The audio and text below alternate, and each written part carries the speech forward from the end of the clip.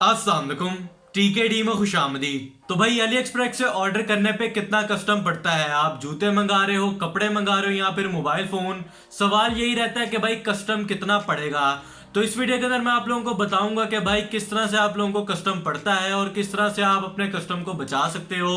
तो ये सारी चीजें मैं इस वीडियो के अंदर बताऊंगा, तो वीडियो को पूरा देखना। तो बाकी टाइम नहीं वेस्ट करते और आप बताता हूँ।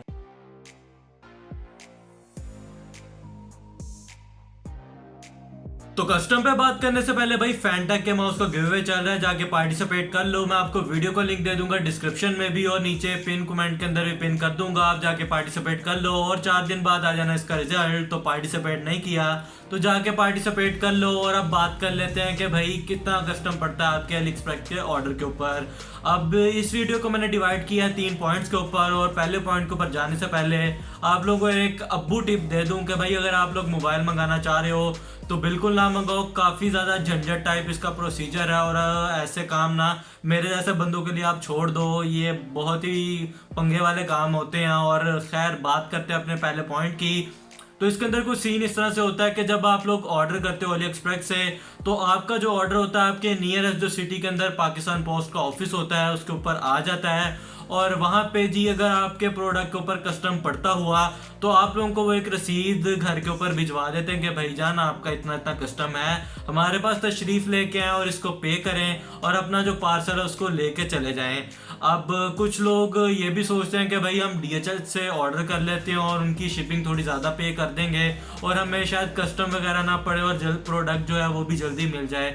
मगर उसका सीन कुछ इस तरह से होता है, अगर आप मोबाइल नहीं मंगा रहे तो आपको जो कस्टम है वो आपको पड़ेगा ही पड़ेगा। जो DHL है वो उसे पहले ही पे कर देता है और आपको जो उसकी जो कोरियर सर्विस है वो घर आके कहती है जी भाईजान आपने जो प्रोडक्ट के पैसे हैं वो तो आपने पहले ही पे कर दिए थे और हमारी शिपिंग भी पहले ही पे कर दी थी। अब जो भाईजान ये कस्टम है इसको पे कर दें और अपना ऑर्डर ले लें। अगर आप कहते हो कि भाई मैंने नहीं करना तो कहेंगे चल मेरा पुत्र छुट्टी कर, कोई पार्सल नहीं मिलना, और वो अपने पास रख लेते हैं। और अगर आप मोबाइल मंगाते हो DHL से तो उसके लिए आपको जो है NOC चाहिए होता है और सारे डिफरेंट प्रोसीजर हैं, PTS अप्रूव करवाना होता है, उसका EMI वगैरह नंबर वगैरह, तो वो काफ़ी अजीबोगरीब झंझट वगैरह है।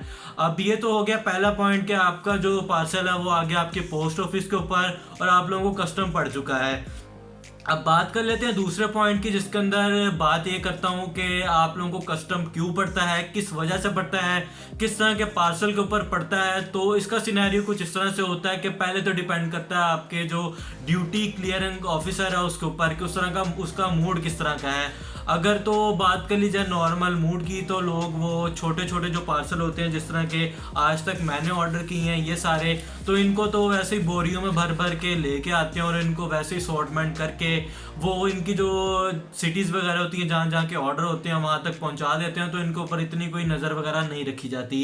सेकेंडली आ जाते हैं बड़े बॉक्सेस वगैरह और बड़े फ्लायर जिनके ऊपर जो कस्टम ऑफिसर की होती है नज़रें वो काफ़ी टाइट होती हैं और वो देखते हैं कि भाई इसके ऊपर क्या है। तो सबसे पहले तो वो देखते हैं कि इसके ऊपर जो प्राइस है वो कितनी मेंशन की हुई है। अगर तो आपके सेलर ने जो प्राइस है वो मेंशन की हुई है तकरीबन उसकी जो मैंने पाकिस्तान पोस्ट से पता की और डिफरेंट लोगों से पता की है, तो सीन कुछ इस तरह से होता है कि 6000 तक या 6000 से कम आप लोगों को कस्टम नहीं पड़ता किसी भी चीज़ के ऊपर। अगर आप मोबाइल फ़ोन मंगा रहे हो तो वो टोटली डिफरेंट हो जाता है। इसके ऊपर मैं आप लोगों को बार बार बता रहा हूँ। तो ये एक टोटली अलग कैटेगरी है। तो मोबाइल फ़ोन को छोड़ के अगर आप इतने का प्रोडक्ट मंगा रहे हो तो आप लोगों को कस्टम नहीं पड़ता। वो डॉलर के अंदर प्राइस उसके ऊपर लिखी होती है और वो पढ़ लेते हैं। अगर उन्हें लगता है कि कम प्राइस के अंदर है तो वो उसको जाने देते हैं। अब फिर से डिपेंड करता है आपके ऑफिसर के ऊपर, वो आपको किसी भी जुमरे के अंदर ला के उसके ऊपर कस्टम डालना चाहे तो वो डाल सकता है। सेकेंडली आ जाता है कि अगर आपका ऑर्डर की प्राइस आ जाती है तकरीबन 6000 से ऊपर तो आप लोगों का वो प्रोडक्ट को खोल के देखते हैं और देखते हैं कि किस क्या ये चीज़ है। और कभी कभार तो आपका जो शिपिंग लेबल है उसके ऊपर ही वो मेंशन होता है तो वो खोलते भी नहीं है और उसी कैटेगरी के हिसाब से आपको जो कस्टम है वो डाल देते हैं। अब कस्टम की जो प्राइसेस वगैरह पड़ती हैं, आप जो भी चीज़ मंगा रहे हो गूगल के ऊपर एक दफ़ा सर्च कर लो कि पाकिस्तान के अंदर जो उस स्पेसिफिक जो कैटेगरी है उसके अंदर कस्टम कस्टम कितना पड़ता है और उतने परसेंट आपकी जो टोटल प्राइस मेंशन होगी उतना आपको उसके ऊपर कस्टम पड़ेगा। और जो बॉक्सिंग वगैरह है और जो बड़ी बड़े पार्सल होते हैं मोस्टली उनके ऊपर ही कस्टम पड़ता है। तो ये सारा सिनेरियो हो गया कि किस वजह से आप लोगों को कस्टम पड़ता है, आपके जो ऑफिसर्स वगैरह हैं वो खोल के चेक करते हैं और ये सारा सिनेरियो रहता है। और अगर आप लोगों की कस्टमर अच्छी होगी तो आप लोगों का पार्सल ऐसे ही निकल आएगा और आप लोगों को विदाउट कस्टम मिल जाएगा। अब थर्ड जो बात है वो आ जाती है कि हम किस तरह से जो कस्टम है उसको बचा सकते हैं। और एंड पे मैं आपको जो अभी 2-3 दिन पहले मेरी एक जो स्टोरी गुजरी, मैंने एक बंदे को क्लियर करवा के दिया उसका प्रोडक्ट, उसके बारे में भी थोड़ा सा बताऊंगा।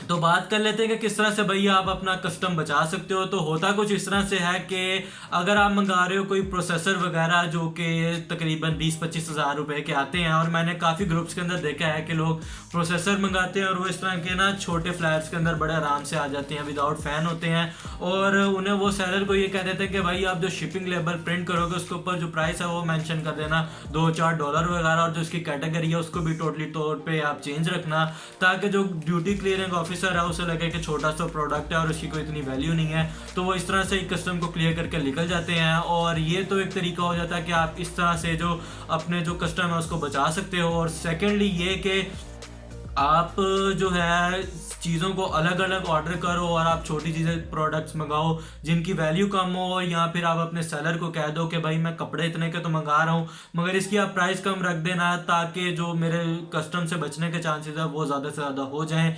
तो ये 2-4 तरीके हैं जिस तरह से आप कर सकते हो। आपको अली एक्सप्रेस के ऊपर चैट की ऑप्शन मिलती है, तो ये सारा सिनेरियो रह जाता है कि आप किस तरह से कस्टम बचा सकते हो। अब कुछ दिन पहले मैंने एक बंदे से सवाल भी लिया था जिसके अंदर वो कह रहा था कि भाई मैंने डिफरेंट सेलर से प्रोडक्ट्स मंगाए हैं जो कि 12 प्रोडक्ट्स हैं और वो मुझे अलग अलग आएंगे, तो क्या मुझे उनके ऊपर कस्टम पड़ेगा? तो भाई आप अलग अलग मंगा रहे हो तो आपको जो कस्टम है वो भी नहीं पड़ेगा, आपके प्रोडक्ट सेपरेटली आएंगे, सेपरेटली फ्लायर के अंदर होंगे, तो आपका टोटल अमाउंट इतनी कोई खास नहीं बनेगी, तो आपको कस्टम नहीं पड़ेगा।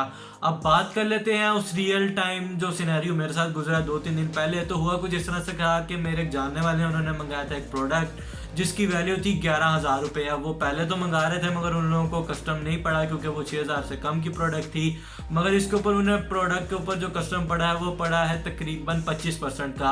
अब जो मशीन है वो कोई इलेक्ट्रॉनिक डिवाइस है जो कि वेव्स टाइप का काम करती है, मोबाइल रिपेयरिंग की वो डिवाइस है, तो उसके अंदर उन्हें तकरीबन 2500 रुपये का कस्टम पड़ा है। तो उन्होंने वो खैर क्लियर तो कर दिया। अब ये कैटेगरी टू कैटेगरी डिपेंड करता है, तो ये सारा सिनेरियो है और आपको जस्ट रिसिप्ट आ जाती है और आपको फिर कस्टम पे करना पड़ता है, वरना आप भूल जाओ अपने प्रोडक्ट को, वापस नहीं जाने वाला और ना आपको रिफंड होने वाला है। तो ये सारा है सिनेरियो कस्टम से रिलेटेड। अब आप लोगों का और भी कोई क्वेश्चन हो तो वो भी आप मेरे से कमेंट सेक्शन के अंदर पूछ सकते हो और आई होप आप लोगों को समझ आई होगी। तो बस इतना ही था इस वीडियो के अंदर, और बाकी कोई सवाल हो तो आप कमेंट सेक्शन के अंदर पूछ लेना। तो मिलते हैं आने वाली किसी और वीडियो में। अल्लाह हाफिज़।